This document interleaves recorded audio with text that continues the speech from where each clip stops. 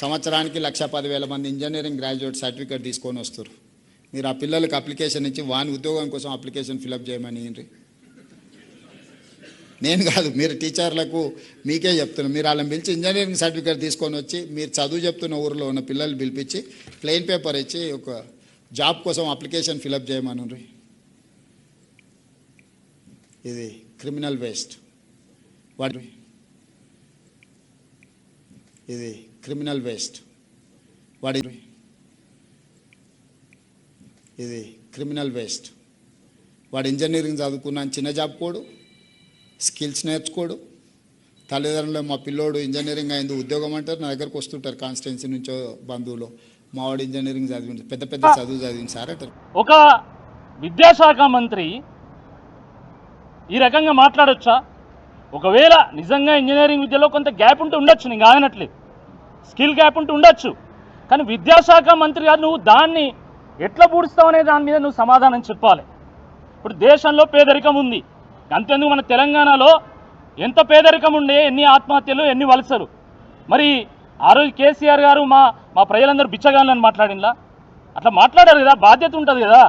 కాబట్టి మీరు criminal waste అని మాట్లాడడం చాలా దురదృష్టకరము. హార్వర్డ్ వేయిన్లు వారం రోజులు శిక్షణ తీసుకుంటానికన్నా ఆయన మారుతాడని చెప్పి అధికారులందరూ భావించిళ్ళు. వాళ్ళు ఎంతో ఆలోచించి ముఖ్యమంత్రి స్థాయిలో ఈయన మాట్లాడతలేడు కాబట్టి మన రాష్ట్రంలో ఉన్నటువంటి పెట్టుబడులన్నీ పోతున్నాయి కాబట్టి కనీసం ఈయన మారాలని హార్వర్డ్ పంపిస్తే వారం రోజులు ఆడ చదువు చెప్పినా కూడా ఈయన మారలే. ఇప్పుడు తలకాయ పట్టుకుంటున్నారు అధికారులందరూ కూడా. ఎందుకంటే మీరు ఆలోచించండి, ఆయన చేసిన కథ వల్ల ఈరోజు కన్స్ట్రక్షన్ ఇండస్ట్రీ పోయింది, రియల్ ఎస్టేట్ పోయింది.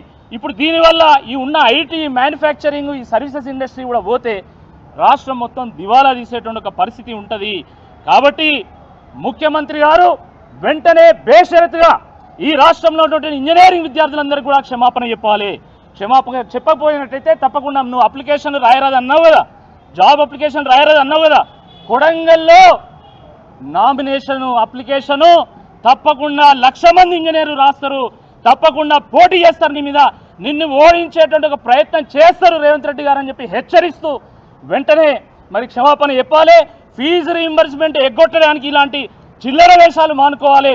నీకు నిజాయితీ ఉంటే, నీకు చిత్తశుద్ధి ఉంటే వెంటనే 11,000 కోట్ల రూపాయల ఫీజు రీయింబర్స్మెంట్ స్కాలర్షిప్ బకాయిలు చెల్లించాలని చెప్పి కూడా ఈ సందర్భంగా నేను మనవి చేస్తూ, వెంటనే జాబ్ నోటిఫికేషన్లు కూడా ఇవ్వాల్సిందే ఈ సందర్భంగా మనవి చేస్తూ మీ అందరికీ కూడా పేరు పైన ధన్యవాదాలు.